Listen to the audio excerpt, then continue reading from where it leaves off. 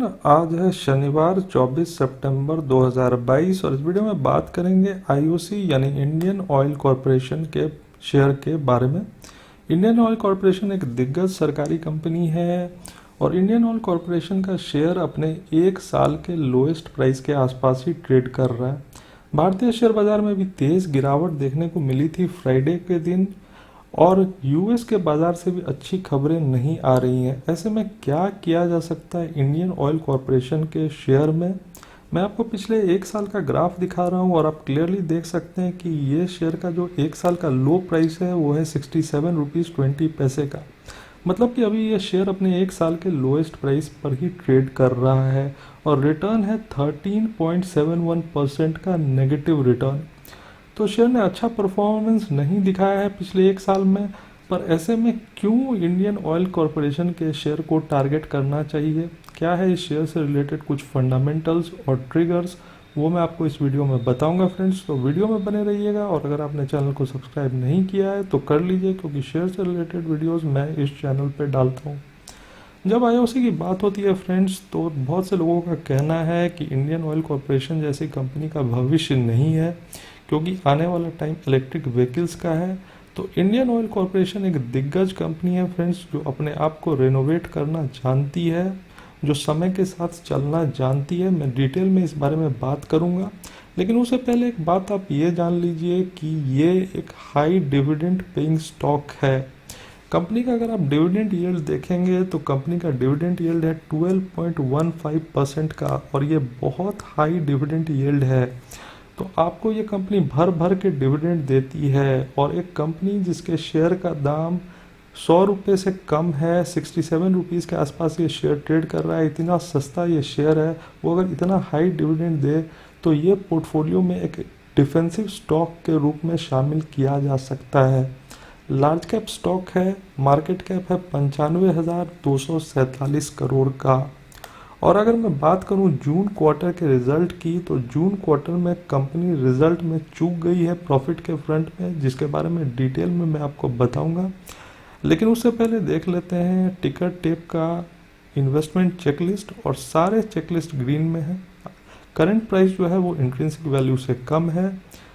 FD से better return generate किया है स्टॉक ने। डिविडेंड रिटर्न अच्छा है, जैसा कि मैंने बताया कि डिविडेंड यील्ड 12.15% का है, जो बहुत अच्छा है, और शेयर ओवरबॉट जोन में नहीं है।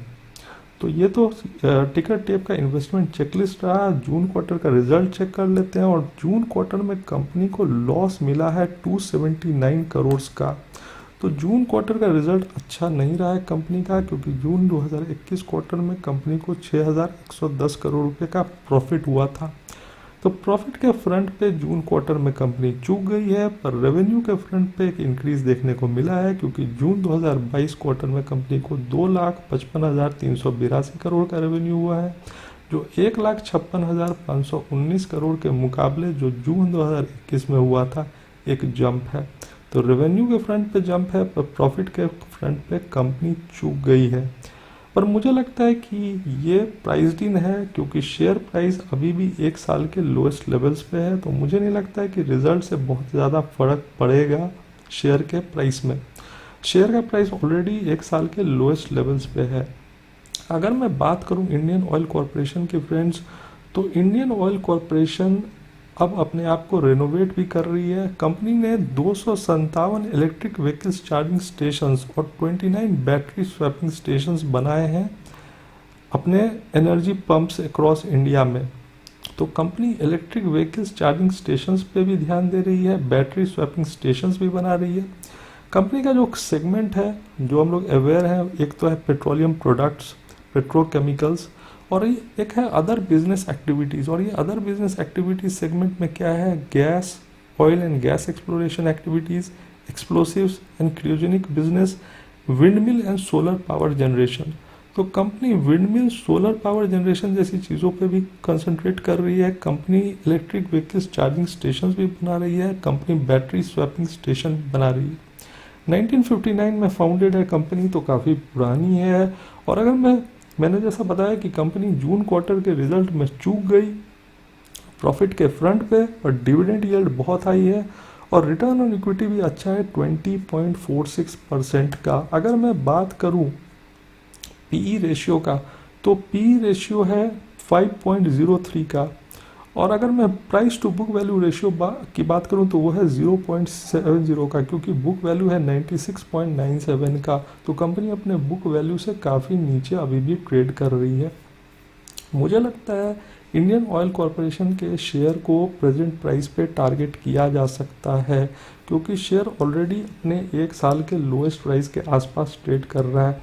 ऐसे में किसी भी गिरावट में इस शेयर को खरीदा जा सकता है। मैं टिकर टेप का फोरकास्ट आपको दिखाना चाहूँगा इस शेयर से रिलेटेड, और 68% एनालिस्ट ये बिलीव करते हैं कि इस शेयर को खरीदा जा सकता है। टिकर टेप ने में जो प्राइस फोरकास्ट दिखा रहा है वो ये है कि ये शेयर 29% से लेकर 87% तक का अपसाइड में रिटर्न दे सकता है। ये शेयर 87 रुपीज़ के प्राइस टारगेट को भी दिखा सकता है। ये शेयर 126 रुपये तक जा सकता है, और लो में ये शेयर 56 रुपये 34 पैसे का प्राइस टारगेट भी दिखा सकता है। तो डाउनसाइड कम है पर अपसाइड बहुत हाई है। टिकर टेप का अनुमान भी ये मानता है कि शेयर 30% से लेकर 87% तक का रिटर्न दे सकता है, जबकि डाउनसाइड रिस्क कम है। वैसे भी अभी दुनिया भर के बाज़ार में एक उथल पुथल चल रही है। ऐसे में ऐसे डिफेंसिव स्टॉक्स को शामिल करना अपने पोर्टफोलियो में अच्छा रहेगा, जो अच्छा डिविडेंड भी देते हैं और जो एक वैल्यू पिक है। सरकारी कंपनी है, डूब नहीं सकती है, भारत सरकार की कंपनी है। और अगर मैं बात करूं होल्डिंग्स की फ्रेंड्स, तो इसका होल्डिंग मैं आपको दिखाता हूं। और एफ की होल्डिंग है 8.17% की। तो एफ की ठीक ठाक होल्डिंग है। अगर मैं रिटेल और अदर्स की बात करूं तो रिटेल इन्वेस्टर्स की होल्डिंग सिर्फ 4.31% की है, अदर पार्टीज़ की 24.52% की है। एफ का मैंने बता दिया आपको। म्यूचुअल फंड की होल्डिंग 2.49% की है, और प्रमोटर जो कि गवर्नमेंट ऑफ इंडिया है उसकी होल्डिंग 51.50% की है। तो अभी भी रिटेल पार्टिसिपेशन इस शेयर में काफ़ी कम है, आईओसी के शेयर में काफ़ी कम है। और मुझे लगता है ये एक क्वालिटी स्टॉक है जो कि अच्छा डिविडेंड भी देती है, एक डिफेंसिव स्टॉक है। क्योंकि अगर आप इसको पोर्टफोलियो में शामिल करेंगे तो 10-11% का रिटर्न तो ऐसे ही मिल जाएगा डिविडेंड के थ्रू। और अगर ये शेयर ऊपर जाता है, और जो जाएगा ही विद टाइम, तो वो जो गेन आपको मिलेगा 15-20 रुपये का, वो अलग। तो ओवरऑल गेन काफ़ी बढ़ जाता है इंडियन ऑयल कॉरपोरेशन जैसी शेयर को अपने पोर्टफोलियो में शामिल करने से। आप अगर डिविडेंड को चेक करेंगे तो पाएंगे कि 2022 में ही कंपनी ने 2 बार डिविडेंड दे दिया है अभी तक। एक बार फरवरी में 4 रुपये का, और एक बार अगस्त में 2 रुपये 40 पैसे का। मतलब कि 2022 में ऑलरेडी कंपनी ने 6 रुपये 40 पैसे का डिविडेंड दे दिया है। अगर मैं 2021 की बात करूं तो कंपनी ने 9.5 रुपये का डिविडेंड दिया था। एक बार 5 रुपये का, एक बार 1.5 रुपये का, और एक बार 3 रुपये का। तो कंपनी बहुत अच्छा डिविडेंड देती है। और इतना जो स्टॉक 67 रुपीज़ पे ट्रेड कर रहा है, वो अगर 9-9, 10-10 रुपये का डिविडेंड दे तो आप समझ लीजिए कि ये कितना बड़ा गेन है। तो मुझे लगता है कि इंडियन ऑयल कॉरपोरेशन एक ऐसी कंपनी है जो एक डिफेंसिव स्टॉक का काम करती है पोर्टफोलियो में। आपको एक हाई डिविडेंड देती है। साथ ही अगर मार्केट में तेज़ी आई और अगर इस सेक्टर में तेज़ी आई तो मुझे लगता है ये शेयर आराम से 10-15 रुपये का गेन दिखा देगा। मैं बहुत लॉन्ग टर्म के लिए इस शेयर को नहीं रिकमेंड करता, पर मुझे लगता है कि ये शेयर आराम से अच्छे मार्केट में 10 से 15 रुपये का गेन भी दे देगा इस प्राइस पे, और ऊपर से ये कंपनी एक अच्छा डिविडेंड भी देती है। तो इंडियन ऑयल कॉरपोरेशन जैसे शेयर्स पे लोगों को अपनी नज़र रखनी चाहिए। नॉट ओनली कि ये अच्छा डिविडेंड देती है, पर मुझे लगता है कि ये क्वालिटी कंपनी है, एक नामी कंपनी है जो कि काफ़ी सस्ते रेट पे उपलब्ध है।